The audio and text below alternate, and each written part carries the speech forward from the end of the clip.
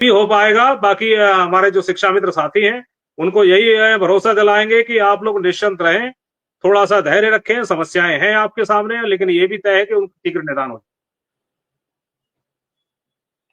Vikram Singh, transfer वाली बात जो मंत्री जी ने कही है उस पर फोकस जरूर करना। जब लखनऊ जाओ, अधिकारियों से मिलो, उनसे ये चर्चा करना कि माननीय मंत्री जी ने कहा है सदन में कि हम अनुदेशक शिक्षा मित्रों को जिसे जहां जाना है उसे हम छुट्टियों में कर देंगे।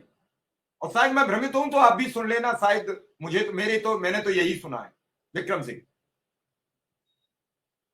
नहीं, जब भी हम लोग की सर वार्ता होती है तो इस मुद्दों पे हम लोग चर्चा करते हैं।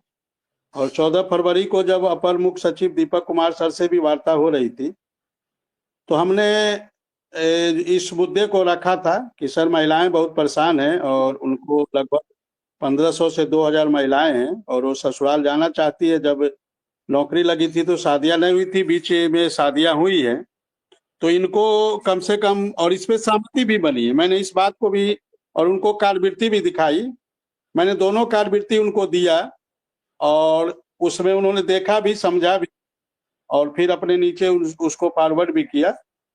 तो ऐसा नहीं है। और मीटिंग दौर जो चल रहा है तो कहीं ना कहीं ये सब चीजें आ रही होंगी। और जब आगे वार्ता, फोन किया मैंने अभी लाइव में, राकेश पटेल जी को फोन किया, उन्होंने फोन नहीं उठाया। मैंने सब आपके कहने से किया। मेरा राकेश पटेल जी से कोई द्वेष भाव नहीं है। वो कई बार हमारे प्रोग्राम में आए हैं और मैं फिर उनका स्वागत करता हूं। मैंने आज फोन भी लगाया, उन्होंने मेरा फोन पिक नहीं किया है। हो सकता है बाद में आए, फोन कहीं बिजी भी हो सकते हैं, ऐसा कुछ नहीं है। बाद में आए, बातचीत हो। जी विक्रम सिंह, तो वही कह रहा था सर, समस्या का समाधान होना चाहिए और कैसे हो इस पे हम लोग का लगातार फोकस है। और जब मैं अगले हफ्ते लखनऊ रहूंगा 3-4 दिन तो इन सब को लेकर एक बार आदरणीय श्री चंद्र शर्मा जी से भी, उनका भी मैं सहयोग लूंगा इस मुद्दे पे।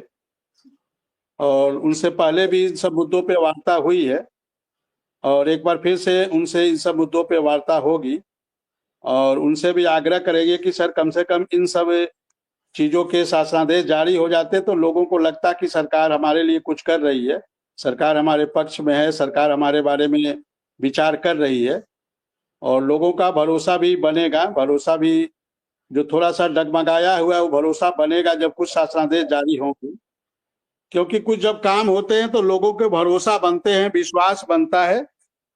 और इसके लिए हम लोग लगातार अगले हफ्ते प्रयास करेंगे कि कुछ शासनादेश जारी हो जाए, क्योंकि अब नवीनीकरण वाली जो प्रक्रिया है वो कुछ दिन में शुरू हो जाएगी। तो नवीनीकरण की प्रक्रिया न हो उससे पहले, जैसे हमारे शिक्षा मित्र साथियों का नवीनीकरण होता है, और जब सुंदरम सर थे तो उन्होंने इस पे अपनी सहमति दे दी थी। उन्होंने कहा था कि बिल्कुल जैसे अनुदेशकों, जैसे शिक्षा मित्र साथ के नवीनीकरण होते हैं, कोई प्रक्रिया उनकी नहीं होती है, उसी प्रकार से आप लोग का भी नवीनीकरण हो जाएगा। और वहीं से उन्होंने डीजी मैडम को फोन भी किया था और कहा भी था कि जैसे शिक्षा मित्रों का होता है उसी प्रकार से अनुदेशकों का भी शासनादेश जारी हो जाए। और इसके लिए उन्होंने पूरा प्रयास किया था, लेकिन थोड़ा हम लोग का भी दुर्भाग्य रहा कि उनको उस पद से हटा दिया गया। लेकिन फिर उन्होंने जो कागज दिया है हम लोग को कार्यवृत्ति के रूप में, उस कार्यवृत्ति पे हम लोग लगातार फोकस कर रहे हैं। और जब 14 तारीख को हम लोग दीपक कुमार सर से मिले थे तो हमने वो दोनों कार्यवृत्ति उनको दी थी और बताया था सर कि इन मुद्दों पे हमारी सहमति हो गई थी, इसके शासनादेश जारी होने, इसके प्रस्ताव भी परियोजना से आपके माने अनुभाग 5 में आ चुका है।